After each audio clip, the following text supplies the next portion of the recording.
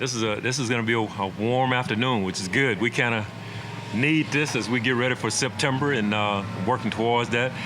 I think we've had a good camp up to this point. We've been able to get a lot accomplished with our players. It's so good that to be able to practice and then go out and play some games and as you prepare for the regular season. And now with our final dress rehearsal approaching, a few things we want to take a look at and just make sure that we're clean on as a group. And but we're excited about this final preseason game, and still some jobs at stake. A lot of decisions still have to be made, and some things that we want to work through as well. But really looking forward to this final week of the preseason. Leslie, team announced just now before you came out that Tyrell Adams was one of the cuts here to get down to 80. I'm curious, from your perspective, what went into that decision, and also maybe what have you seen elsewhere in that competition that maybe led to that decision? Yeah. Tyrell did a lot of good things for us in this camp, and even going back to the spring, and did a good job on special teams as well as on defense. But there were some other guys that, as we've gone through this, that were doing a little bit better, and just felt like that this was the right decision at this time. And who's to say that TA won't be back with us at some point? I told him he did a really good job representing himself and his family in the right way. Always was prepared and really sharp guy. But we felt like some other guys were just a little bit ahead. Leslie, there's a report out there, and I'm not sure how much you can speak onto it, but that star Matt Milano, at least your guys, star Matt Milano and AJ Klein have been sent home for the 5-day reentry protocol or whatever they want to call it. Is that true, and how much of a challenge?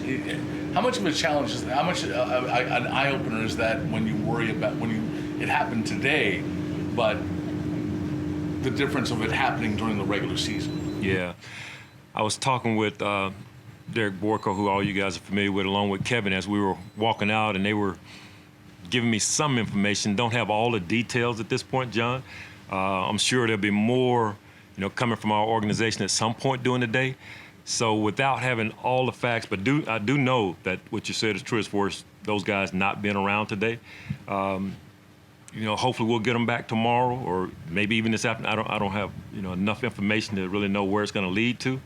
But it does present some challenges, obviously, and we'll have to see how it all plays out. But I don't have enough information or knowledge to really go into much detail. Leslie, even with them just being out today, how does that impact how you practice?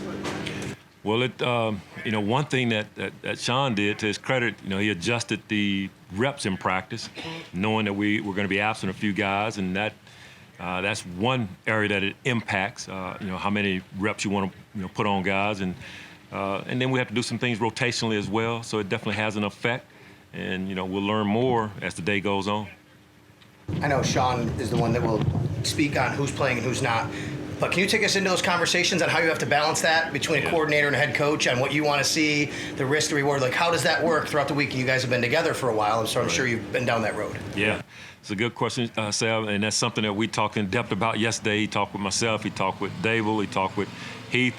He did it with us individually and just talked through our sides of the ball and what we wanted to get accomplished, what he would like to see accomplished when it comes to reps and guys that we want to get a little bit more information on, so we could all be on the same page. And it was good, healthy discussion. And I think we came to a place where the guys that will play on Saturday, and depending on the length of time we'll allow them to play, we'll be able to get the information that we need. But it's all with one purpose in mind, just trying to do the best thing for our roster, because you're trying to make sure you make the right decisions as we are approaching the final cut. And that's what that conversation was all about. Let's make sure we're seeing the guys we need to see, get a good feel for where we are with our ones as far as conditioning and so on and so forth, and just make the right decisions on the final 53. When you see a guy like Greg Rousseau, and you see him every day, and then he does it in the games or whatever, is that confirmation to you of what you've seen out here? Is that a whole different level when you see him in actual game situations? Like, how do you look at that?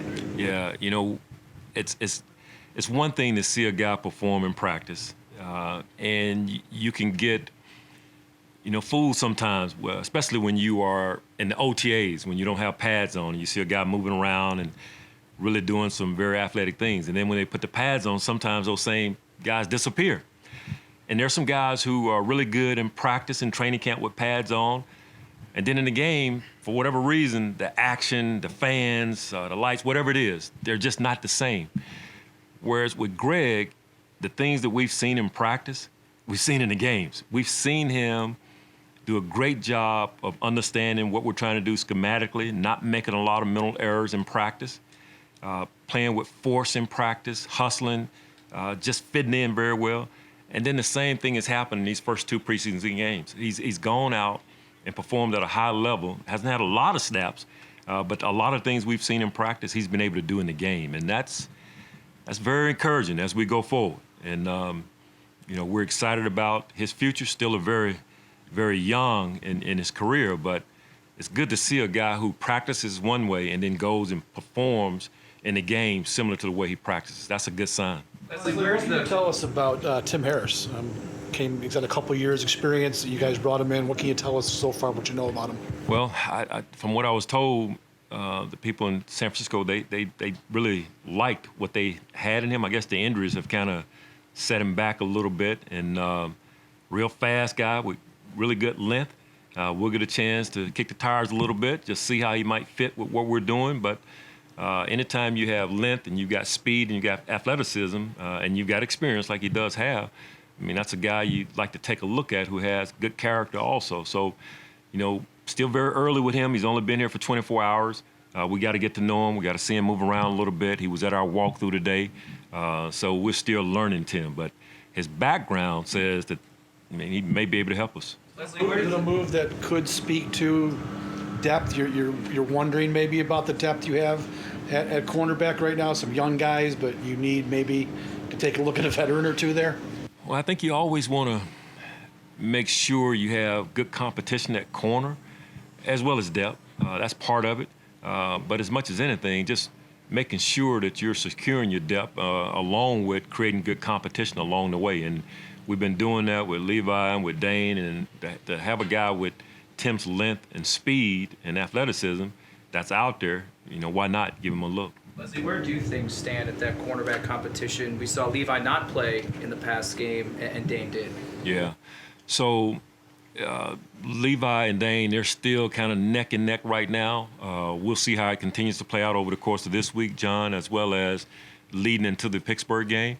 But they both are doing a good job for us, and we'll see how it plays out. What was the decision behind only playing Dane in Chicago and not Levi? There was a lot of discussion about how we wanted to approach it going forward between the two, but we really needed to be able to see, Dane in more detail, and that gave us an opportunity to do it. But also we wanted to be able to give Levi a chance to rest a little bit and deal with some nicks that he had, and it gave him an opportunity to do that. Dane got dinged, I think. He did. He got dinged up in the game. Where does things stand with his health right now? He's actually getting an MRI, I think, today on a couple of things that he's dealing with, and we'll learn more as the day goes on. The defense has had a chance to face Goff now and Fields and Dalton. Is that an advantage that the defense is actually facing quarterbacks in the first 2 preseason games that are starting caliber quarterbacks? Oh yeah, no question. You like to be able to go against the team's best, and we've seen starting offensive lines as well, and that's encouraging because you want to kind of see how you stack up front. We really pride ourselves on and believe in that everything starts up front, and when our front matches up well with frontline players, that's a good sign for us. Now, we haven't played all our frontline players, but we've had a chance to see some of our other guys go out and compete against other teams' best, and they've held their own for sure. Now that you're coming up on the 3rd preseason game, how much did y'all adjust from having 4 to 3? It changes your approach in a lot of ways. One, the views that you get on players, you're more conscious of, getting certain guys in earlier. Like, for instance, this 2nd preseason game in the past, we probably would have played our starters. That's a portion of that game, but now because you only get 3 views, we felt like we needed to see some of the potential backup guys who are going to provide depth for our team more. And that's part of the decision making when you're down to 3 preseason games. But that's kind of it for us. Just you have limited views now, and to get live competition, which I'm sure is one of the reasons that some teams go with these inner practices between other opponents as well. Do you feel like you need to get some of your guys on defense starters, at least, a series or two this week, or would you prefer to just not do it?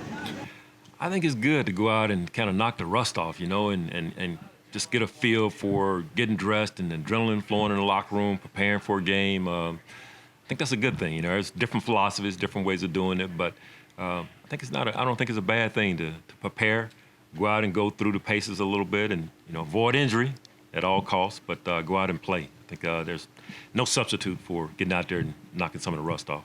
In that respect, and I know you said that there's more information possibly coming, but if certain guys, Star, AJ, and Matt being among them, aren't able to play in the game because of the reentry protocols, is there a level of frustration on your part that they're unavailable?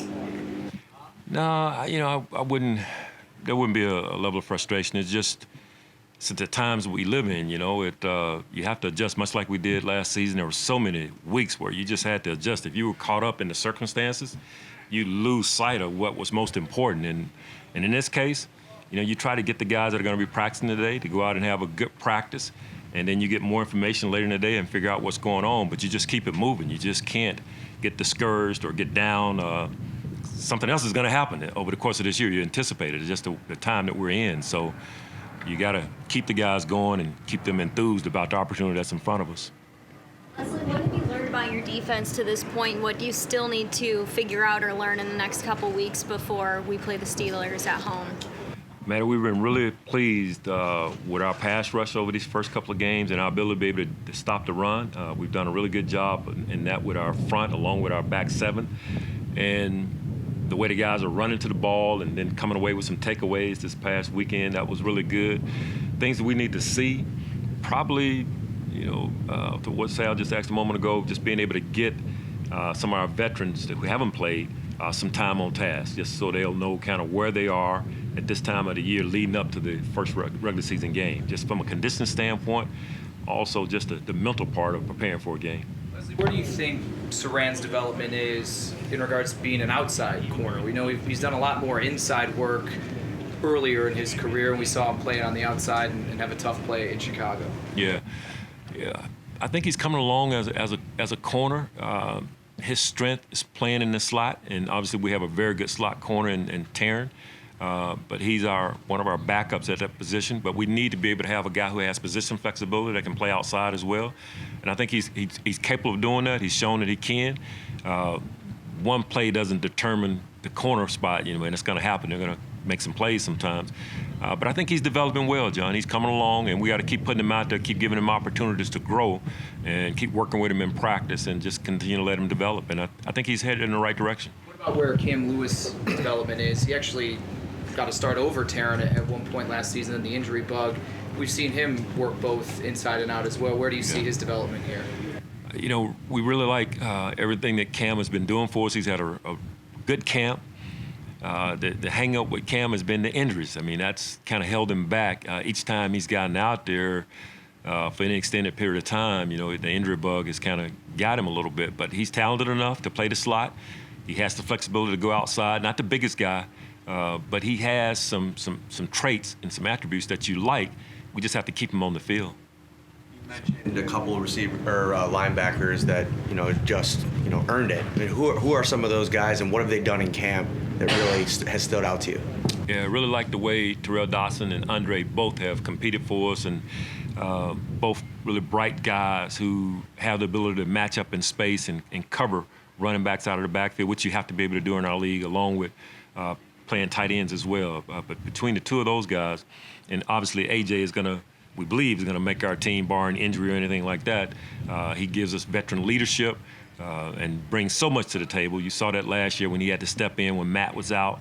Did a terrific job for us. So those guys, we feel like they're just a little bit ahead. And, Markel has been out due to COVID, and now he's back. So we need to see more of him, and we'll try to do that this week in this ball game. And, hopefully it'll go well for him. More from the human side, maybe your thoughts on Harrison, obviously going through this again, hopefully not as bad. We don't know yet the full information, but just your thoughts on him having to deal with this. Yeah, I mean, we all felt bad when Harrison was on the ground. He's had a terrific camp for us. He's battled through injuries, as you know, Sal, and come back with flying colors. He's done a terrific job. So to see him go down, I mean, we're all holding our breaths and hoping it's not, anything more serious to the point where it was, a couple of years ago. So, knowing Harrison, he's going to fight and get back out there as soon as possible. Just unfortunate that he had an injury, but he's a fighter. He'll battle through it, and he'll be back out here at some point. Same line. I mean, the injury to Harrison, I think Trayvon Hester's dinged up and Latula lays out. Is there any concern about just even getting through the game with the defensive tackles that you're going to be using this year? Yeah, it's something we're going to have to talk about. All the information is kind of new right now with Star and so on. So it's something when the day is over, we'll have to talk about and have great discussions about because, without Trayvon, without Harrison, as you mentioned, and potentially without Star, it gets kind of thin. And, we'll have to look at our rotation and see where we are for sure. From the defensive line perspective, is there such thing as having too many guys on that defensive front and it may be causing an issue to finding those right combinations? Well, you can have too many and not have the right many. You want to have the right guys, John. If you have the right guys, give me too many, so we can sift through it and get the best 4 on the field at any given time. It's a good problem to have. I mean, you want to have the best and then try to identify who are the 4 best and get those guys on the field. But we're not complaining about our depth on the defensive line. You want depth. And things happen, similar to what we're talking about now with Star, and now sometimes you have to dig into that depth. So hopefully it's not a big drop-off from your 1s to your 2s, and we're in a good spot right now, and hopefully we can maintain that for a period of time. How much does this group maybe have positionless? Not necessarily this guy's a DN, this guy's a defensive tackle. We've seen a lot of guys play both positions. Does that help, especially maybe in an instance like this with a lack of availability on the interior? Yeah, that makes a big difference. Good question, because for us to have guys that had the position flexibility like an FAO body, you saw him in the game on Saturday. We played him inside, we played him outside. Even AJ Espinosa, we had him outside rushing at times, and then 1/3 down, we put him inside. So when you have guys that give you that type of flexibility, you can kind of weather the storm a little bit better when you have injuries. And fortunately, we have a few guys that can do that, can kick inside, can kick outside, and that helps us. But it's every team doesn't have that, but we're fortunate we do have a few guys who can do that. Leslie, what have you seen this summer from Vernon Butler's performance? Vernon is much more intentional about playing hard, practicing hard, taking care of his business in the meeting rooms. I walked up to him today in our walkthrough, and I shook his hand. We always talk about, even in our walkthroughs, practicing with good technique, good fundamentals. And there have been times with Vernon, we've had to have some conversations on the side, he and I. And today, I went up and I just high-fived him. I said, without anybody saying anything, here you are being attentive to the details of your position. That's a big deal because all of a sudden you earn the trust even more so of your coaches and your teammates. So he's doing a good job of earning the trust of his coaches and teammates by the way he's practicing, and we're looking for big things out of him. We need him to play at a high level for us this season and to compete every single step because he has a ton of raw talent, a ton of it. When did you see that turnaround in attitude? We didn't have him in the OTAs and the off-season program, but from the day he's approached training camp, from day one, he's had that kind of a flip as to, I'm going to do it the way the Buffalo Bills want it done. And that's been good for us. He's had a good training camp, and just got to keep him healthy and just keep him progressing.